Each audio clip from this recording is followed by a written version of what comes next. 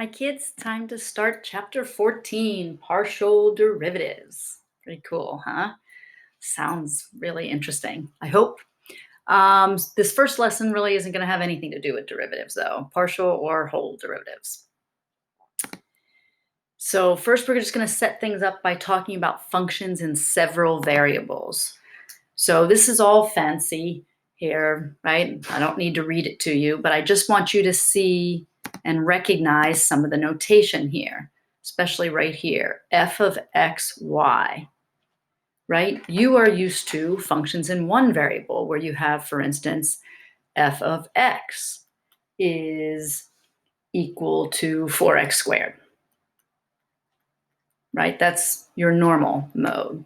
Well, what if now I define my function in terms of two variables, and in reality, you have done something like this before, right? Hello, elementary school. Area is equal to 1/2 base times height, right? I could say that is a function in terms of base and height.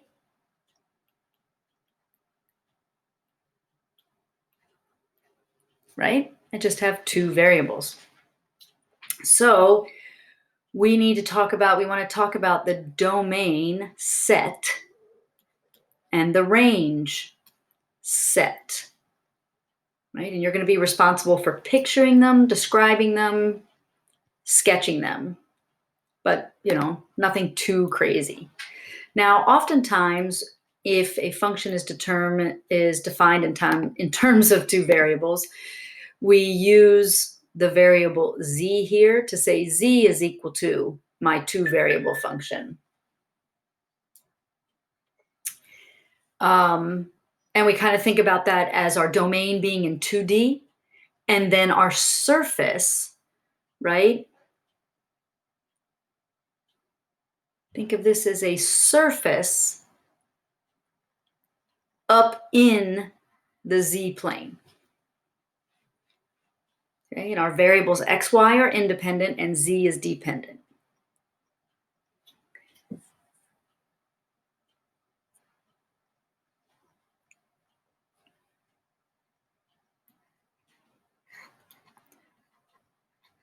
Independent, dependent. Now, we are also going to talk about 3 dimensions. So we often write that as f of x, y, z.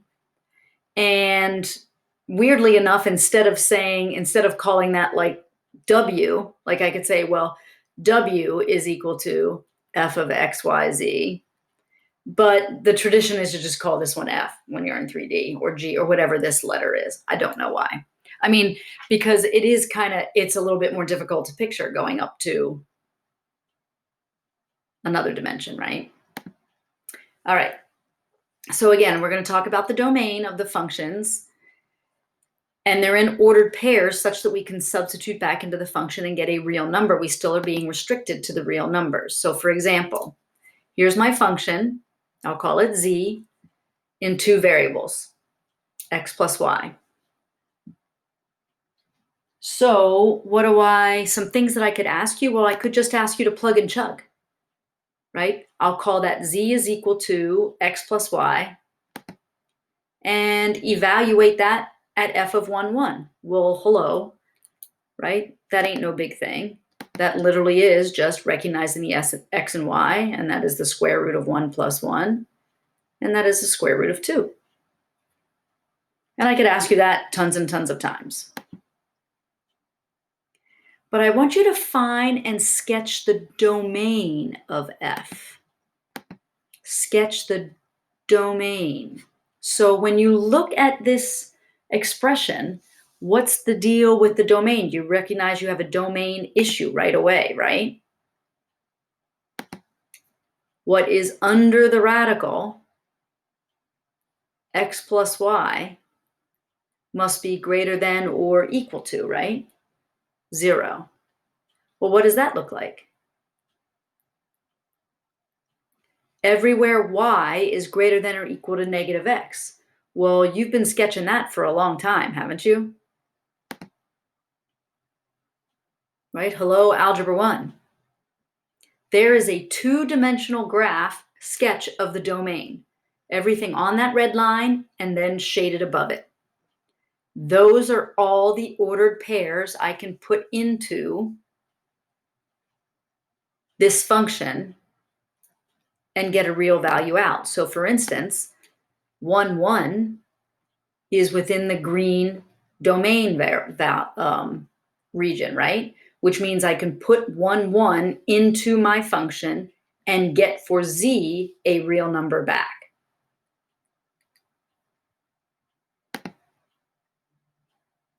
But what does the range look like? Can you think about that? What the range would look like?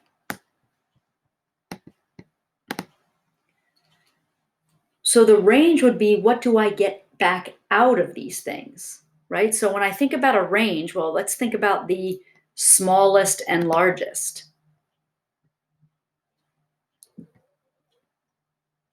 I didn't want that to come up right away, darn it.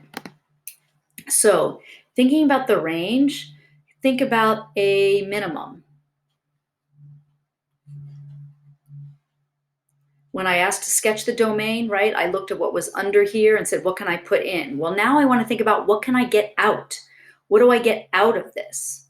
So, like, is there a minimum value that I would get out, right? Well, what is the minimum? What do you get out of square root of x plus y? What's the smallest number you can get out of that, right? The smallest number you can get out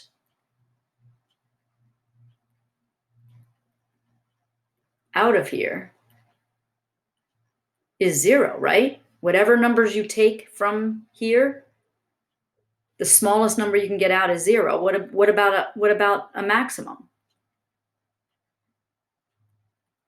If you take all the ordered pairs from all the infinite ones from along this red line and all in this region forever and ever and ever, do I have a maximum?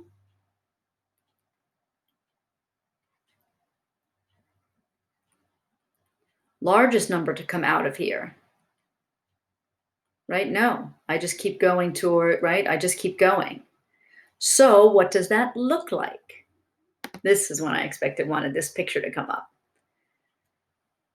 Right? So there's now that's kind of hard because I just captured a screenshot. So let me go over here. Here is a picture of it.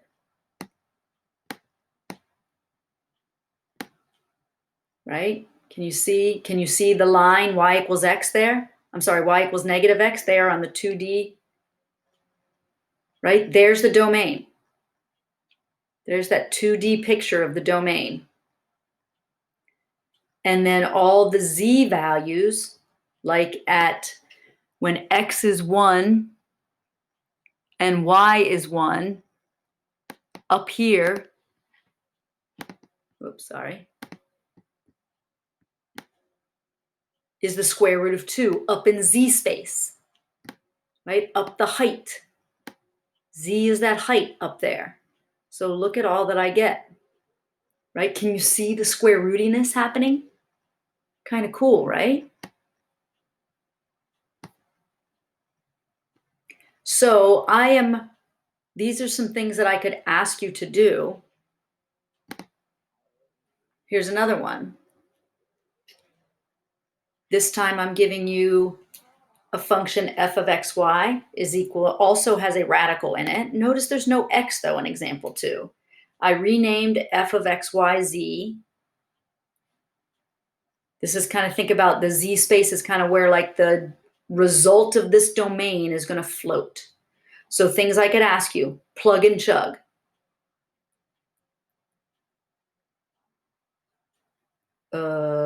There's nowhere to put the 3, right?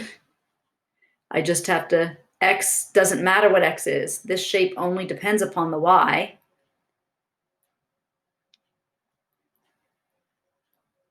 There's my point up in z space. Find and sketch the domain. So I need to think about the domain, the issue I have with the domain. What numbers can I plug in? Well, I can plug in any number for x, right? because x, I'm not really plugging in, so I can make x anything. But what about y? Y is under this radical, right? So for y, I have to consider that 4 minus y squared needs to be greater than or equal to 0, which means 4 needs to be greater than or equal to y squared.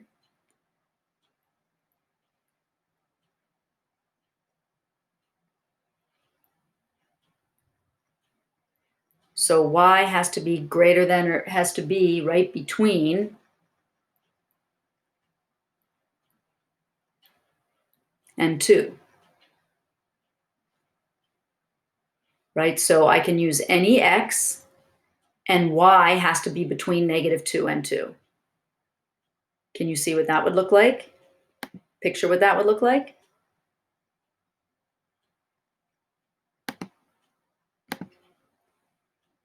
Right? There you go. In 2D space, y is between 2 and -2, and x can go on forever and ever and ever. So again, x didn't matter, and y had to be between -2 and 2. And I just got that from putting where y was, there was a restriction on y. Now, how about the range? Again, kind of think about the way I think about this is there a maximum and is there a minimum value that I can get out of this? Right? So again, what's the lowest value I'm going to get out of a radical? The lowest value I'm going to get out of a radical is a 0, but then what are you going to do? Add 1. Now, how about a maximum? What about a maximum? Here, this isn't going to go on forever and ever, right? Because I've got a minus here. So what is the largest number I'm going to get out of here? Right? 2, right? 4 minus, right? This, whatever this number squared is, has to be 4 or less. So I'm going to get the square root of, can't be larger than this. So 2, right, is my max. But then don't forget, you're going to add 1. So my range is between 1 and 3. What does that look like? Can you see this 2D surface, and then every z value that you're going to plot up above it, right? Hovering above this road is going to have a lowest value of 1 and a highest value of 3.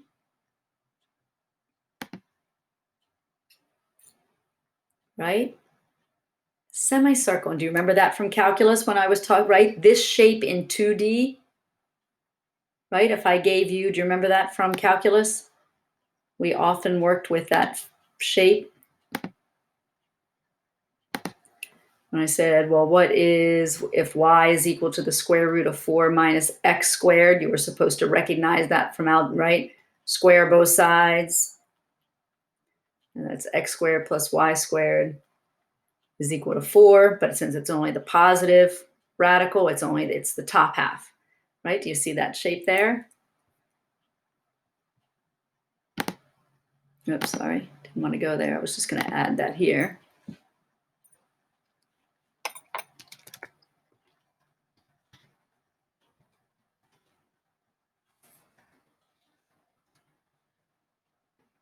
One plus the square root of 4 minus y squared. Let me turn off the other one. Right, isn't that cool? Right, do you see how it's hovering up there at a height of 1? Right, it doesn't go below 1, and it doesn't go above 3.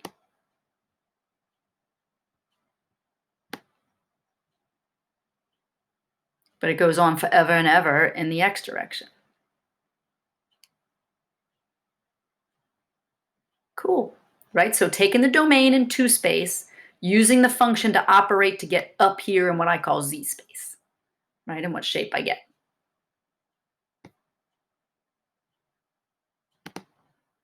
All right, how about this one? Oh, right? So you might maybe pause the video and see what you get.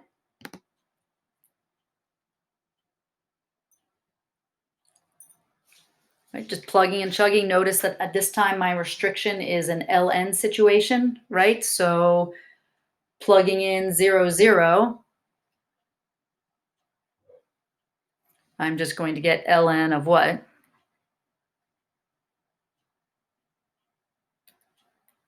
Ln of 4, which is not a real number. I mean, if I really wanted to show off my logs, my exponential and log skills, I could write it like that.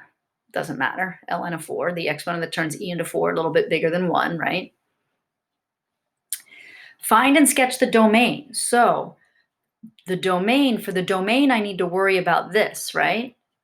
I know that the domain of logs, this expression has to be greater than 0. So 4 minus x squared minus 4y squared greater than 0. Let's move everybody over. 4 has to be greater than x squared plus 4y squared. Divide everybody by 4.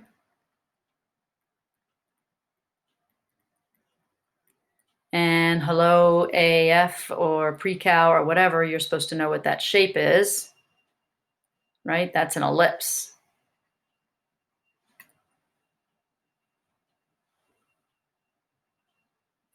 That's an ellipse, and I go out to 2 and negative 2 in the x direction and up to 1 and down to positive 1, 1 and negative 1 in the y direction, right? So I do need to be able to graph that, and notice that I have a dotted line around my boundary because it is strictly less than. So that green shaded area, any ordered pair in that green shaded area, any point in here, I can plug in for x and y and take the ln of a number greater than 0 and then graph that result up in z space.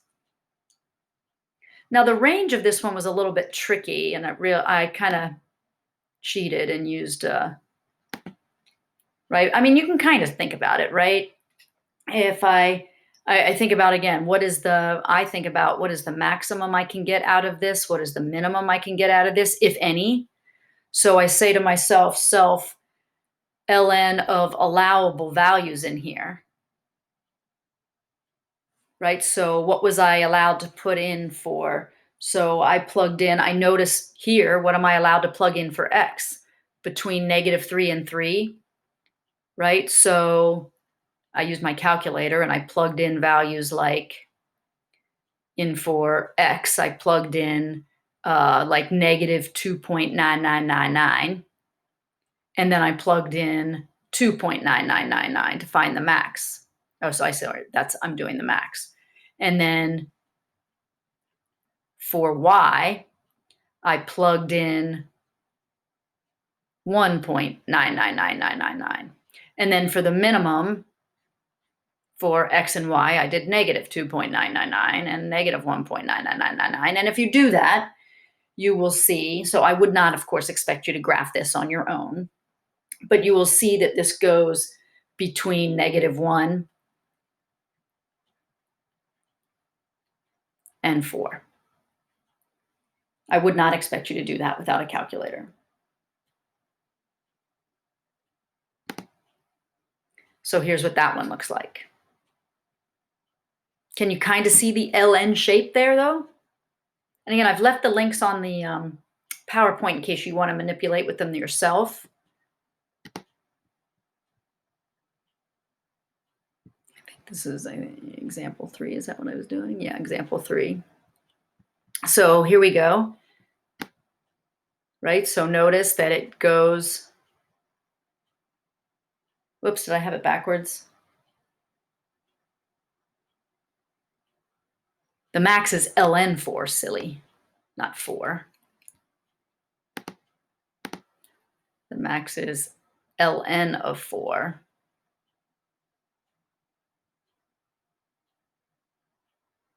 And ln of, I can't read my own writing, but it was down close there. Let me see if I can see it again. Down to negative 4. So 1-ish and negative, this is not ln of -4, that's this is close to -4, that's 1 point something, I just don't remember what it was. But you can see that here, right? See how it's chopped off?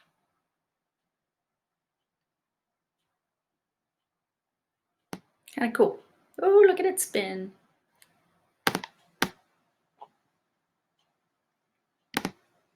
All right, one example with 3 dimensionals, right? So this one, all I'm going to expect from you here, this looks so devastating. Well, plugging and chugging is not, right?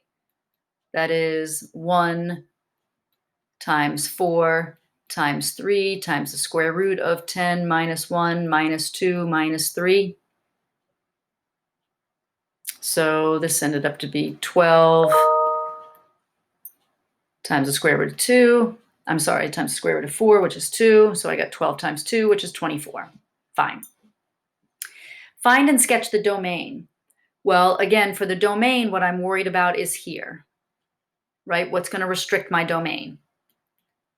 So 10 minus x minus y minus z needs to be greater than or equal to 0. But if you look at that expression, what do we have? If I move everybody over, what is that? Right? That is just a plane.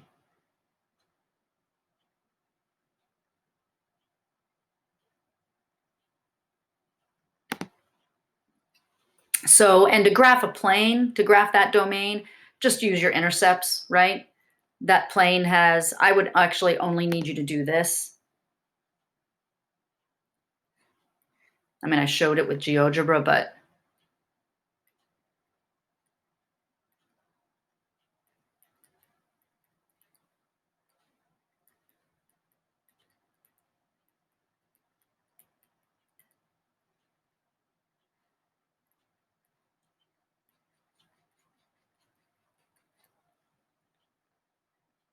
right? So it would be anything on or below that plane, right? The plane has to be less than or equal to 10.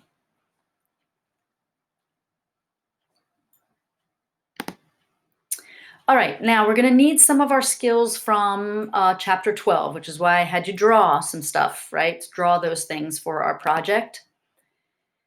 If I need you to sketch the graph of this, now this is just 2, right? F of x, y.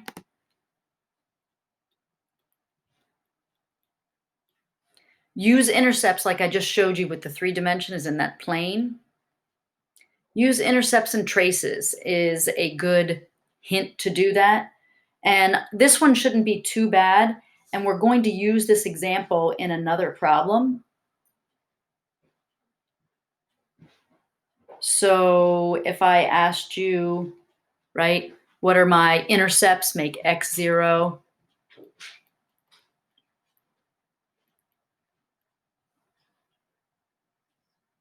Right, you're going to solve that for y, and you're going to get plus or minus 3. X and z 0 make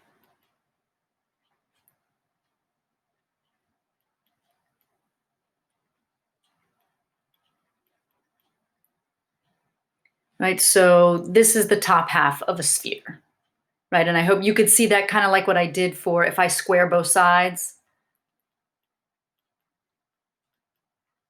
Also an easy way to, right, look at this, move your, right, x squared plus y squared plus z squared is equal to 9.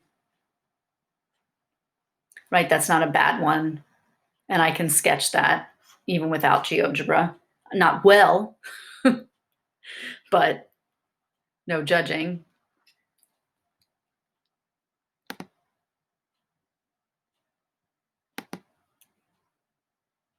Let's see if I can.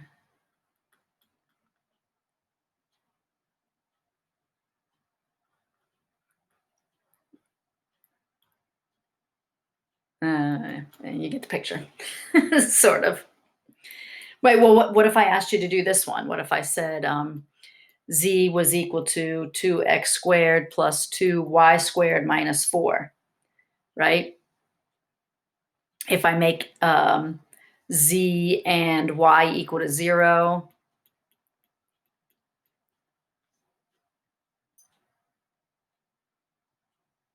right? X is going to be equal to plus or minus root 2 are my intercepts. If I make z and x equal to 0,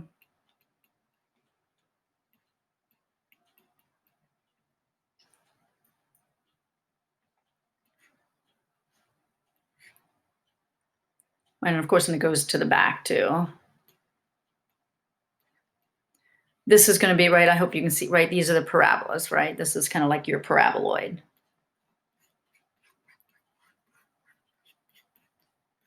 Right, terrible, don't judge.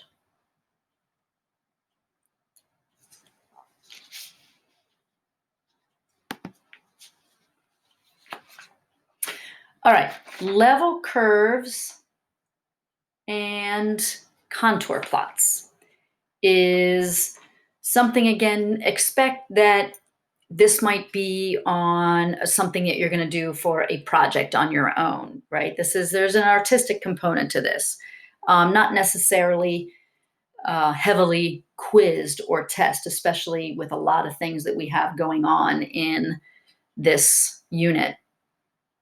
But thinking of what we call a level curve is kind of a projection from a 3D shape, projecting a trace of on a plane. Because after all, K is a constant, right? So if I set my 2-variable equation equal to 2, or my 2-variable equation equal to 4, I really am looking for, K is really a plane intersecting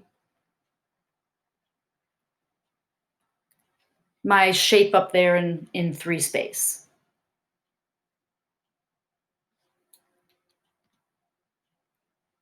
So that's what we call the level curves, is the set of all of those traces on the graph of my shape in Z space, and I project it down into 2 dimensions, right? So level curves are going to be on a 2-dimensional plot, but they're going to represent something in 3 dimensions.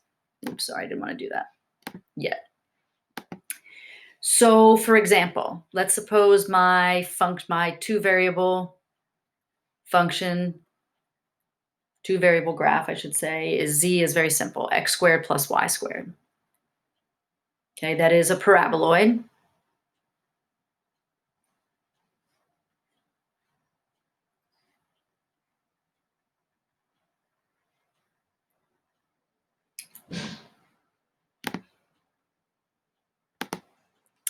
And if I say I want you to find the level curves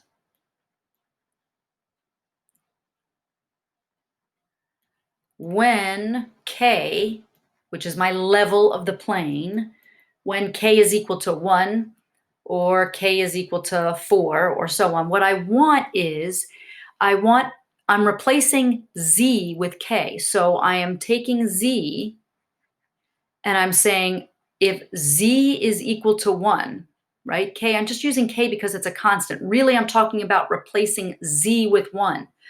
If 1 is equal to x squared plus y squared, that is if I'm taking a plane. I mean, this is just going to get so ugly because I'm such a terrible drawer. But it's like taking a plane here at a level of 1.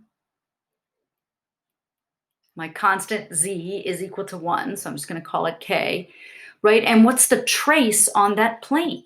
Well, that trace is a circle with radius equal to 1, right?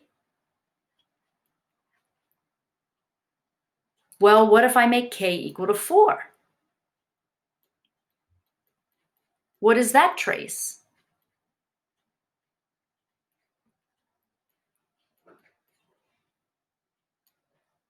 Right? So here I have another plane. But this time, I am up at a level of 4. I have a larger circle. Now I want to take the set of those circles and I want to put that on a 2-dimensional graph.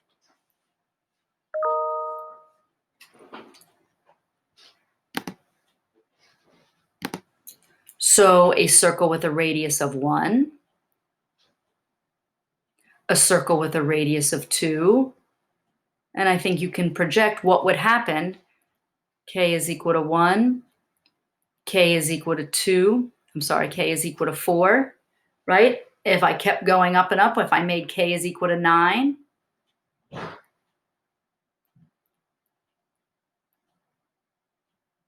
and now I want you to look at this paraboloid. Here at the center, right at the origin in 3D space, imagine I had a point on my paraboloid.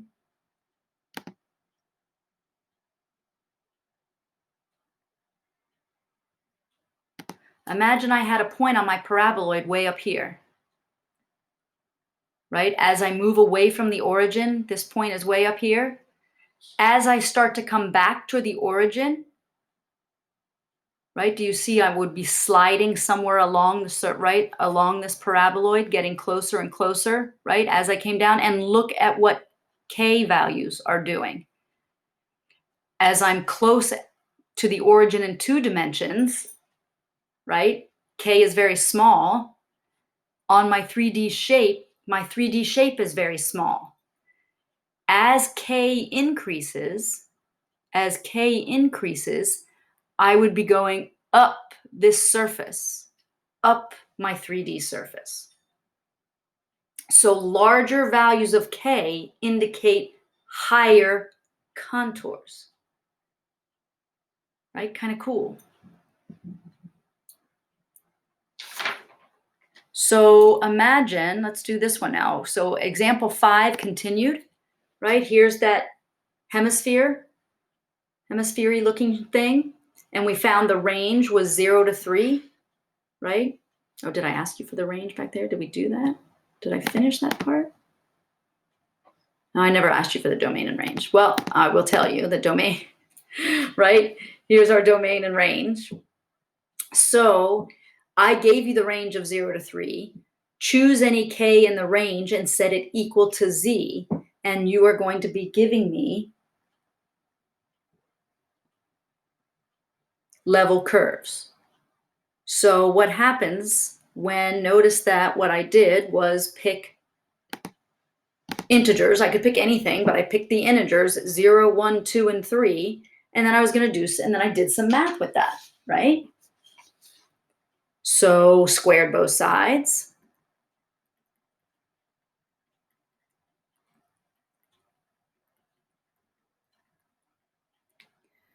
Circle with radius 3. What happens here?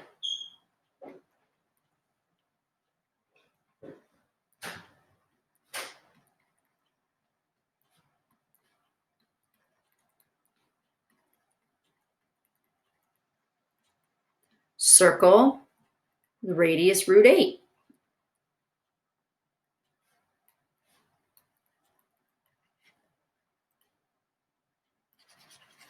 I think you can figure out what happens here, right?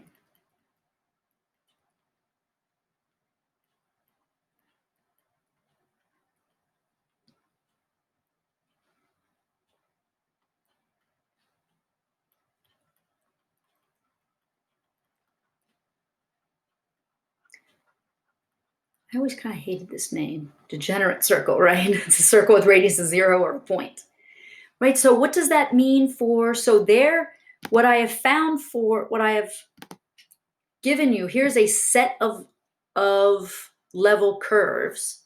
And to make the contour plot in 2 dimensions of this sphere of 2 dimensions, you're drawing a circle with a radius of 0, a circle with a radius of root 5, a circle with a radius of root 8, and a circle with a radius of 3.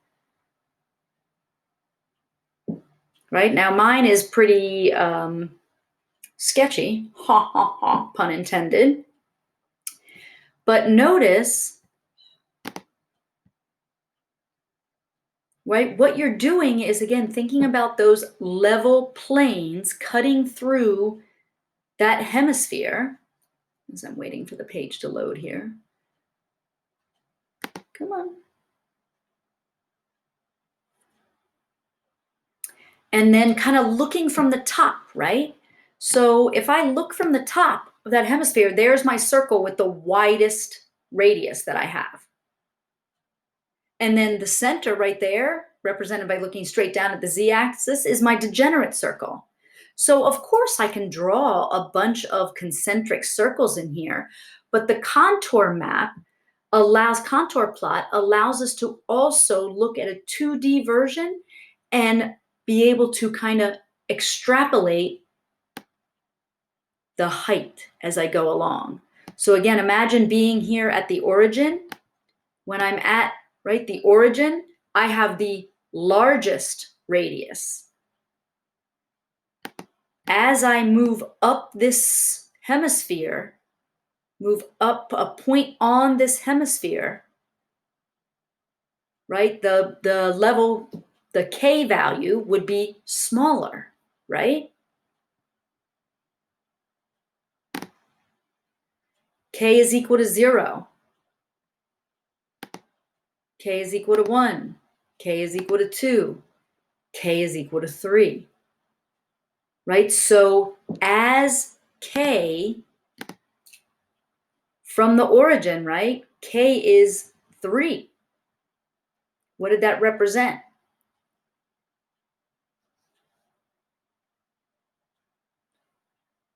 Right? K is, as I move away from the origin, K is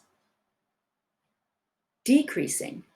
So you're moving up the sphere, you're coming closer and closer, right? You're rising in height, but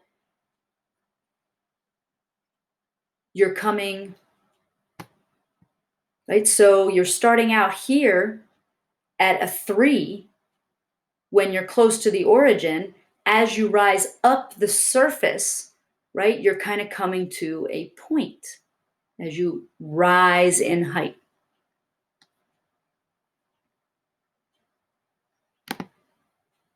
Crazy. So for instance, here's a, just grab from the internet, right? These are the applications of these contour maps as in topography, right? Being able to take something in our world, right, that I can look down from above so it projects down into 2D.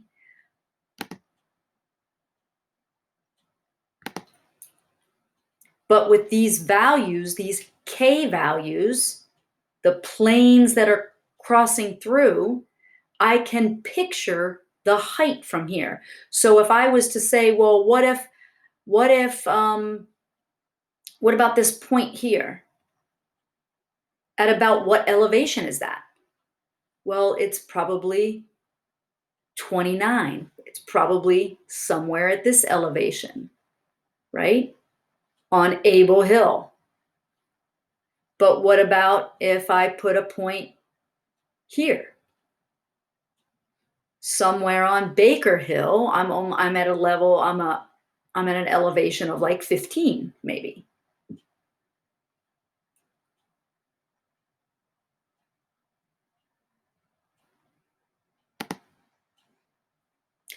So these are the things that I could ask you to do without a calculator. Given our x squared, y squared, find the level curve where K is equal to 4. So notice I'm choosing a K for you.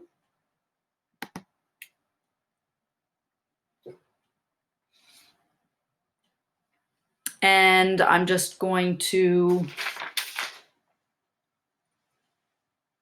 right, say K, remember, is replacing Z. And I did this already, really. What is the level curve? The level curve is a circle with a radius equal to 2. If I give you this equation and ask you to sketch the set of level curves for 1, 4, and 9, again, I did this on the previous slide. When K is equal to 1, circle of radius 1. And what I want you to do, though, is label. If I ask you to do this, I want you to label K is equal to 1. And then 4, when K is equal to 4. And then when K is equal to 9. That's as much as I need from you.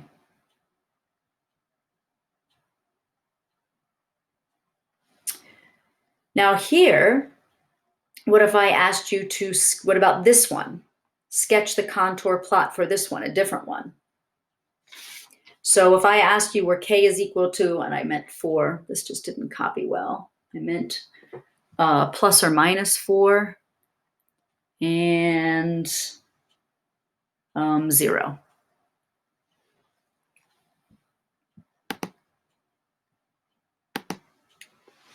So what does this look like?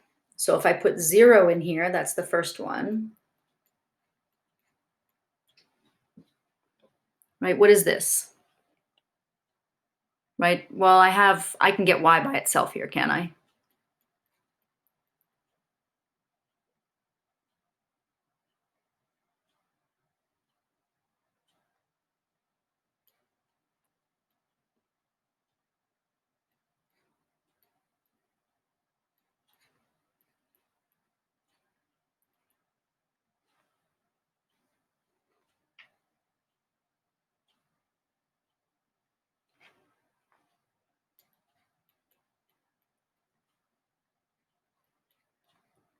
Right, what is that?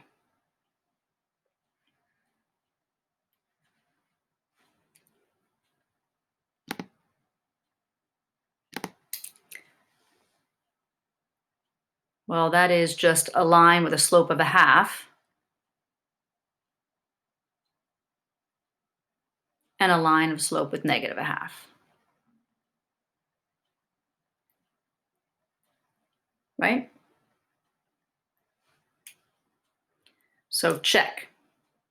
There's my level curves when k is equal to 0. Now I want when k is equal to 4.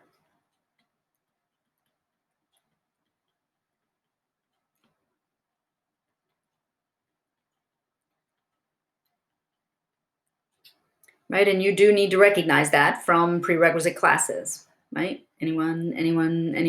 Oh, wait, I'm not with you. That's a hyperbola. And a hyperbola that opens because the y is negative, it's going to kind of open in the x direction. And I'm going to radiate out 2 units in the x direction.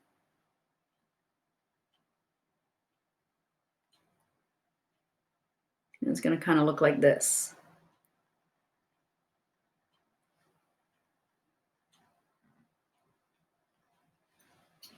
How about negative 4? Can you already predict what's going to happen with negative 4 algebraically?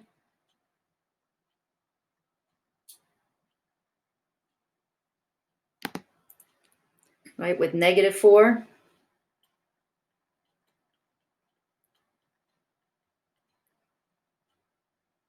right, I'm going to get, oh dear, 4y squared minus x squared is equal to 4. Divide again by 4.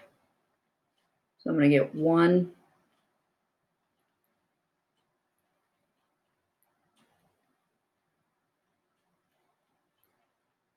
That's a hyperbola that opens in the other direction. I'm going to radiate in the y direction 1 unit.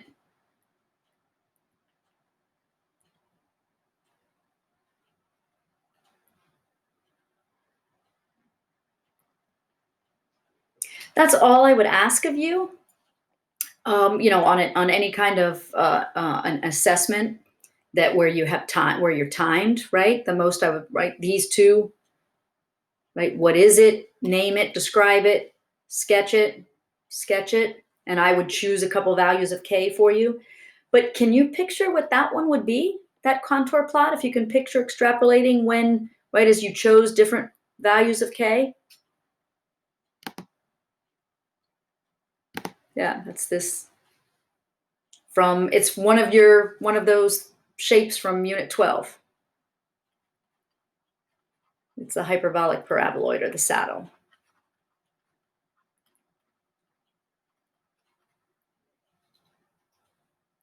Right? Notice as you move away from the origin horizontally, right? You're going to be moving up.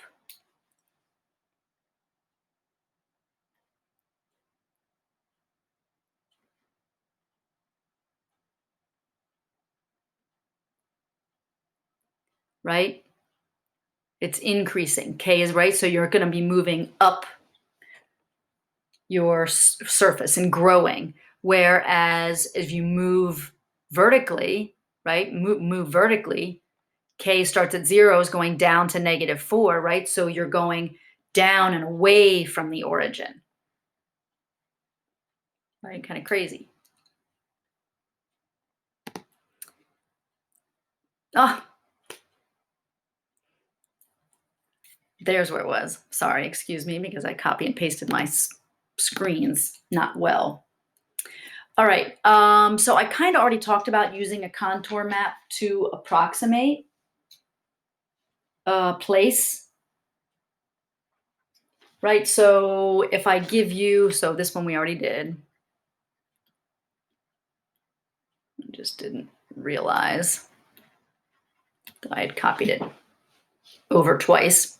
So if I want to use a contour map to estimate, so I purposely left this for me to freehand draw to provide you with some amusement. And because there was nothing I could really find that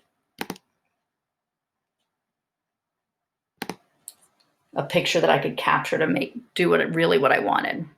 So here's some contour map, maybe looks like this. I've got something in here.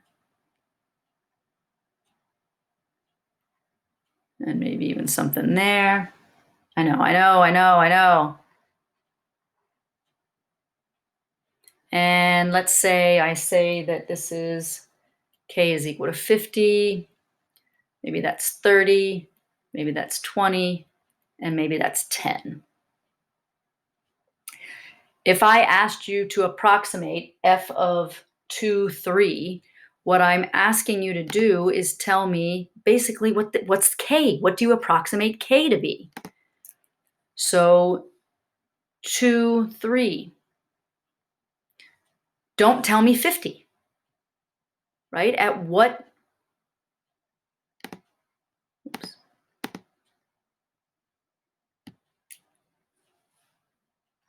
Right? Approximately what level do you think that is at? Right? It's closer to 30, right? Closer to 30 than it is to 20, right? So maybe you tell me 27.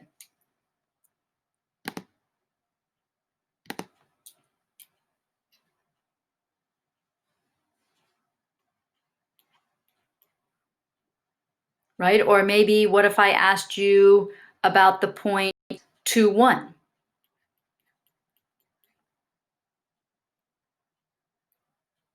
Don't tell me 10. Tell me, well, that's somewhere at a level of 50, so higher, right? All right, that's it for 14.1. And again, I spent a decent amount of time on these level curves and contour plots. And hopefully I've reassured you as to if I put something like this on a quiz, it is really just going to be the bare bones, sketch and plot, not doing anything 3D where you're going to have to be sketching a lot of 3D stuff. And then of course the stuff at the beginning, domain and range of these functions and several variables. All right. So I will talk to you soon. Oh, I forgot. I had a matching exercise. Maybe we can talk about this in class. Right? In class, we'll do this. Woohoo!